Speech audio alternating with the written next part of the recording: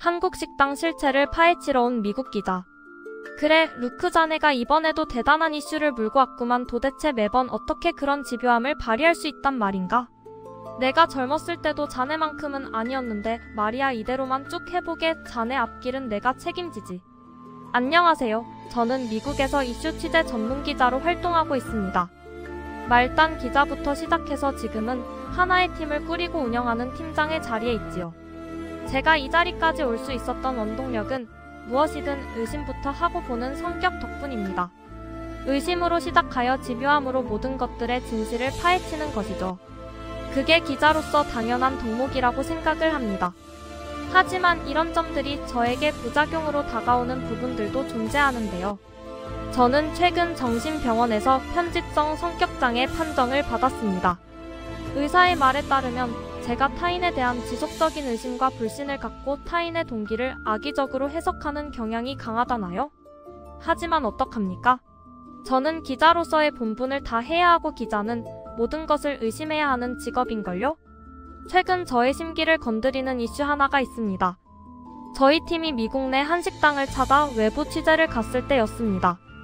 이 식당에는 한국식 불고기와 구이를 판매하는 식당이었죠. 당시 이 식당은 고기를 굽는 냄새에 지나가던 사람들도 그냥 지나치지 못할 정도라고 소문이 자자했습니다. 이 식당을 찾아간 저는 과연 그 소문이 완전히 허황된 소문만은 아니라는 것을 알게 됐죠. 하지만 딱 그 정도였습니다. 허황된 소문은 아니었지만 분명 과장된 부분들이 많이 보였어요.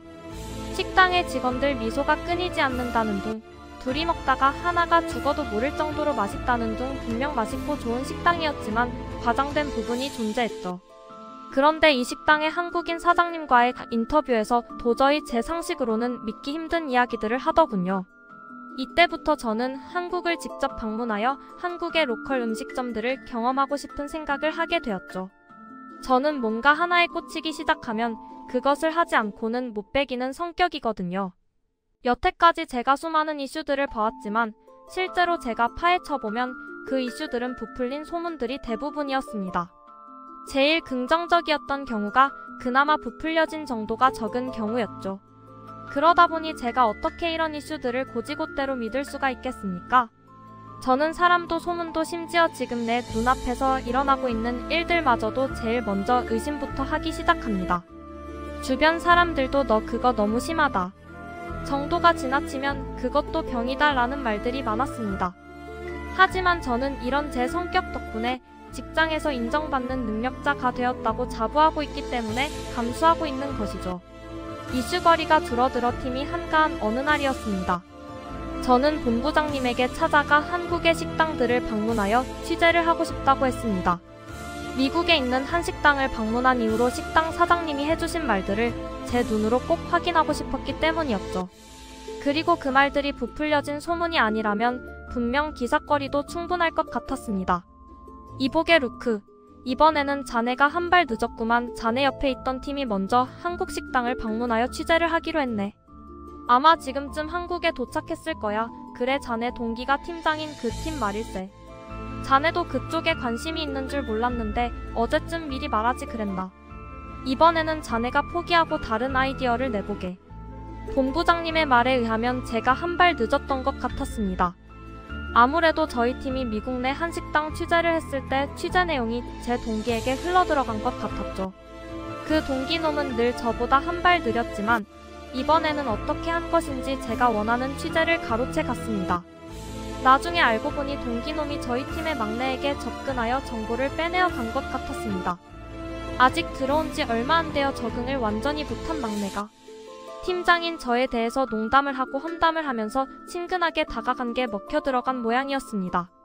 이 사실을 알고 막내에게 싫은 소리를 몇 마디 했지만 속으로는 조금 충격을 받았습니다. 들어온 지 얼마 되지 않았지만 그동안 막내라고 이것저것 챙겨주며 잘 대해주었던 것 같은데 왜 그런 짓을 한 걸까 의문이었죠. 혹시 사사건건 의심하는 제 성격 때문에 막내가 지쳤던 것일까 하는 생각도 했습니다. 그러던 중 동기놈은 한국에서 취재를 마치고 회사로 복귀했습니다. 회사 복도에서 만난 동기는 저에게 한국의 식당에 대해 이것저것 자랑을 늘어놓았습니다. 가고 싶은데 가지 못한 저를 고의적으로 약올리는 것처럼 보였죠. 이봐 루크, 너 저번에 미국에 있는 한식당 가본 적 있지? 나도 거기 가봤거든? 근데 한국에 있는 식당에 비하면 거기는 식당도 아니더라고. 한국 식당에서 먹어본 음식들이 아직도 잊혀지지 않는다니까. 너도 이걸 직접 먹어보고 겪어봐야 내 말을 알 텐데 거기 미국 한식당 사장님이 한 이야기들 말이야. 그건 과장된 게 아니라 오히려 축소시켜서 말을 한 것 같던데? 아무튼 정말 대단한 경험이었어. 동기놈은 신나서 저에게 한국 식당 경험에 대한 이야기들을 자랑했습니다. 처음에는 그냥 저냥 들어주다가 이 친구한테 하루 종일 붙잡혀 있을 것 같아서 전화를 받는 척하고 헤어졌죠. 이 친구의 말을 더 듣고 있다가는 궁금증이 폭발해서 미쳐버릴 것 같았거든요. 처음에는 동기놈이 제가 한국을 취재하고 싶어 하는 것을 알고 일부러 저를 약올리기 위해 없는 사실을 만들어내거나 부풀려서 말한다고 생각을 했습니다. 하지만 말할 때의 표정이나 행동들을 곱씹어보니 진짜로 겪은 이야기를 말하는 것 같더군요.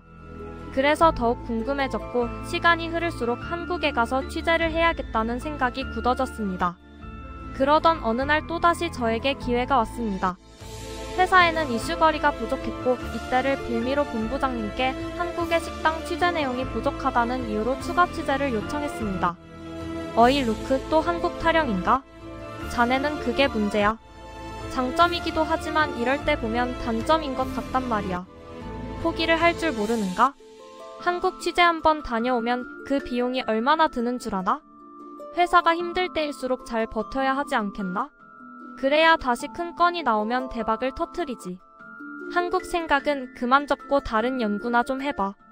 역시나 본부장님은 한국으로 추가 취재를 나가는 건 지금 형편상 힘들다는 이유로 거절을 했습니다. 제 성격까지 들먹이며 거절을 하시는데 저도 더 이상은 이야기를 꺼낼 수가 없더라고요.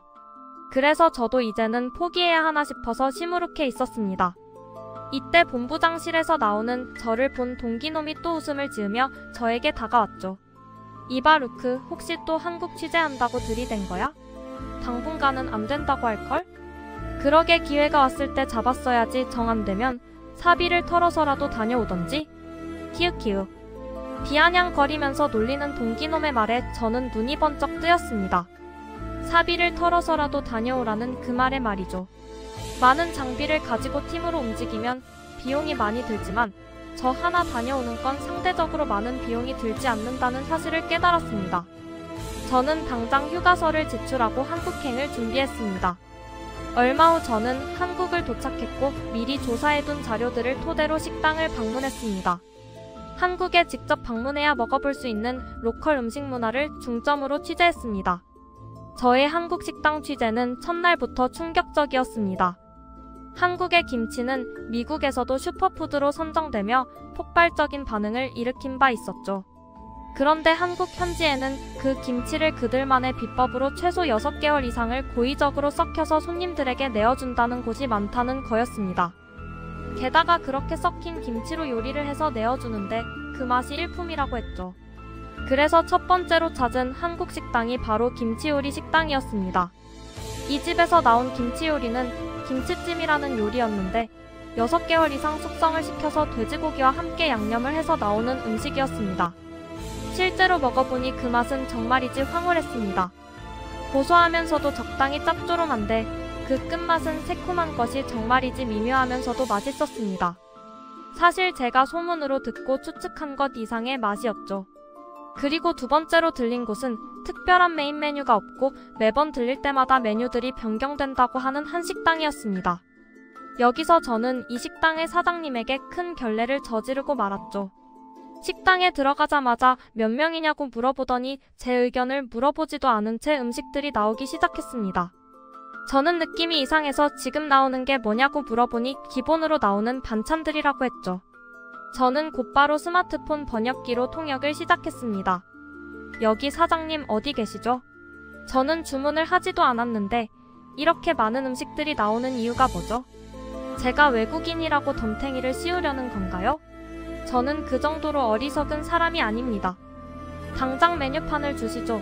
제가 외국인이라고 덤탱이를 씌우려는 건가요? 저는 그 정도로 어리석은 사람이 아닙니다.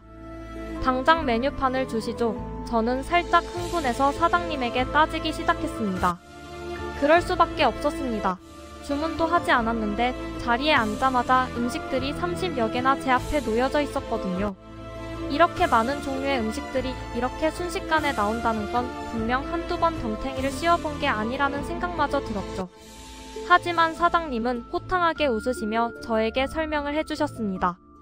이 식당에는 오직 한 가지 메뉴만을 취급하며 손님이 몇 명이냐에 따라 양을 조절하여 음식들이 나오는 것이라고요. 이것마저 미국에서 제가 들은 소문과 일치했습니다. 아니, 제가 들은 소문보다 더욱 충격적이었습니다.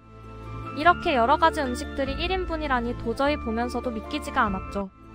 게다가 이 음식들은 무료로 리필이 된다는 점에서 입이 떡 벌어졌습니다. 이런 식당들은 오직 한국에서만 접할 수 있는 한국 특유의 식당 문화였습니다. 저는 전투에서 완전히 패배한 패잔병이 된 느낌이었습니다. 한국에 취재를 하러 올 때는 부풀려진 한국 식당의 소문들의 실체를 파헤치려는 목적으로 왔는데 어느덧 한국의 음식에 빠져 그 맛을 즐기고 한국 식당 사장님들의 배려와 친절함에 매료되기까지 했으니 말이죠.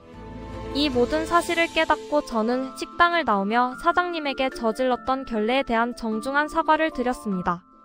저는 그 뒤로도 며칠 동안 한국 식당들을 돌아다니며 아주 행복한 시간들을 보냈습니다. 이미 한국 식당의 실체를 파헤치려는 의심 따위는 집어치운 상태였죠. 그냥 이게 현실이었습니다. 지금은 미국으로 돌아와 한국 음식에 대한 취재 리뷰를 작성하고 있습니다. 미국에도 한식당이 많이 생기고 있는 추세입니다.